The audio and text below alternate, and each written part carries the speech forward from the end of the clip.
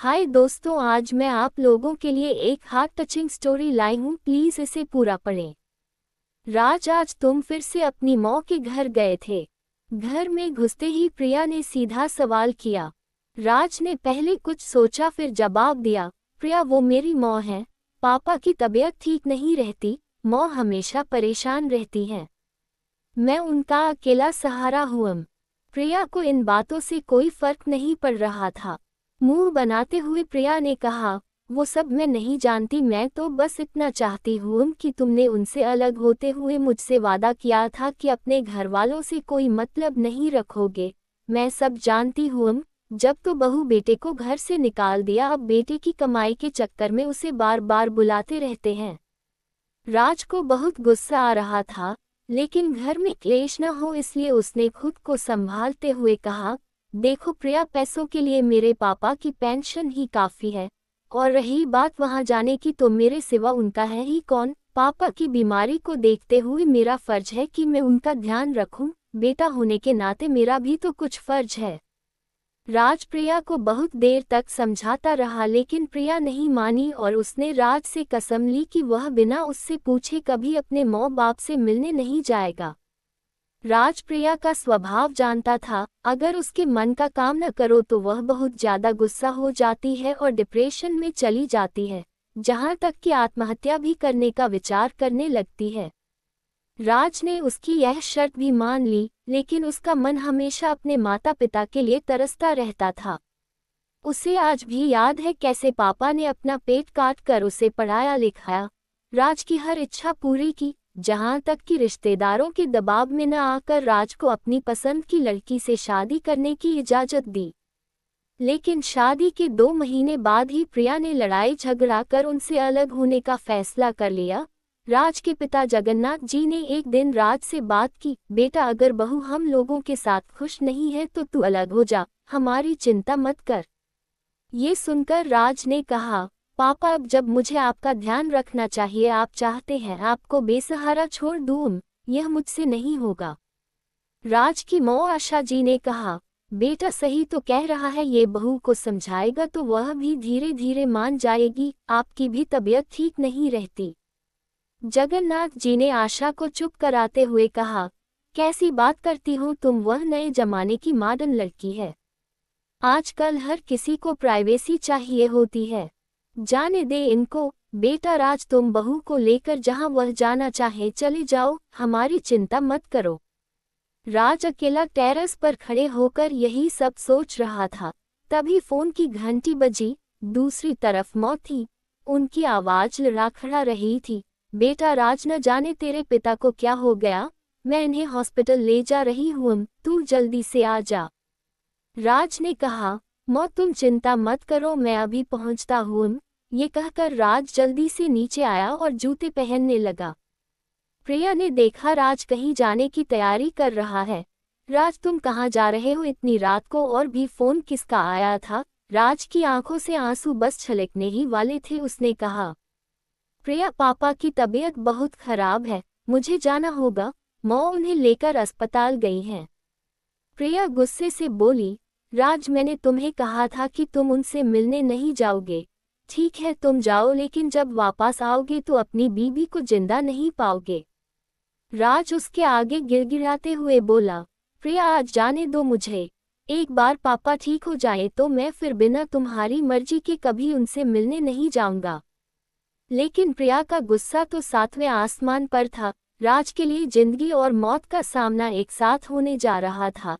एक तरफ उसका फर्ज उसे बुला रहा था, दूसरी तरफ उसका प्यार उसे फर्ज निभाने से रोकने के लिए मरने को तैयार था। प्रिया तुम्हें मरना है तो मर जाओ, मैं अपने पापा को इस हाल में नहीं छोड़ सकता। राज के मन में ये विचार बार बार आ रहा था, लेकिन वह इसके लिए जुबान न खोल सका। कहीं प्रिया ने सचमुच कुछ गलत कर लिया तो क्या होगा, यही सोचकर वह चुप रह गया।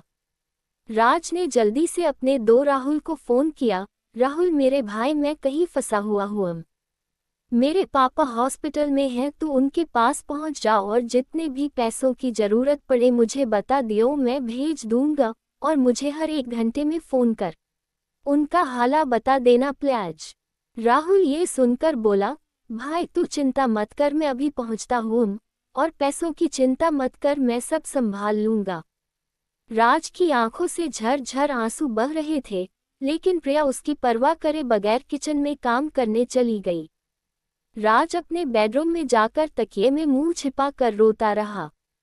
कुछ देर बाद उसने राहुल को फोन किया, लेकिन राहुल का फोन नहीं लग रहा था।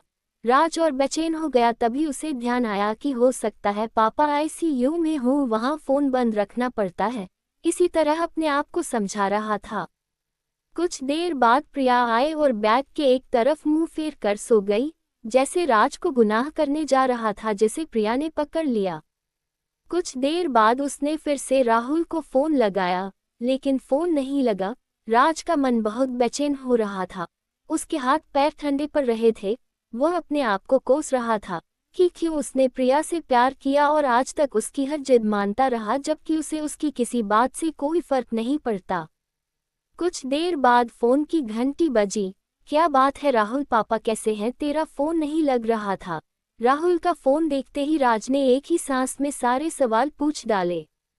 राहुल बहुत घबराहट में बोला, राज संभाल अपने आप को, तू ही टूट जाएगा तो बाकी परिवार को कौन संभालेगा? तू जहां भी है जल्दी से हॉस्पिटल आ जा, अंकल हम सबको छोड़कर चले गए। ये सुनते ही राज के पैरों तले जमीन खिसक गई। ये क्या हो गया? अभी शाम को ही तो वह उनसे मिलकर आया था। काश वह आखिरी समय में अपने पिता के साथ होता। वह जोर जोर से रोने लगा। उसकी आवाज सुनकर प्रिया उठी और पूछने लगी, क्या बात है राज, तुम क्यों रो रहे हो? राज ने उसे झिड़कते हुए कहा, सब खत्म हो गया प्रिया, मेरे पापा भी और शायद तुम्हारा मेरा रिश्ता भी। ये कहकर वह तेरी से बाहर निकल गया। प्रिया भागती हुई उसके पीछे राज राज चिल्लाते हुए भागी, लेकिन इससे पहले कि वह कुछ कह पाती राज वहां से जा चुका था। प्रिया की आंखों से टप टप आंसू बह रहे थे। कहीं अब राज उससे नफरत तो नहीं करने लगेगा, कहीं उसे छोड़ तो नहीं देगा, यही सोचकर वह रो रही थी। अगले दिन राज के पिता के घर पर सारे रिश्तेदार इकट्ठे हो गए थे। राज एक तरफ कोने में गुमसुम बैठा था। तभी वहां प्रिया आए। उसने राज को देखा, लेकिन राज को तो जैसे होश ही नहीं था। फिर वह अपनी सास से मिलकर रोने लगी। उसकी रोने की आवाज सुनकर एक बार राज ने उसकी ओर देखा और नजरें फेर लीं।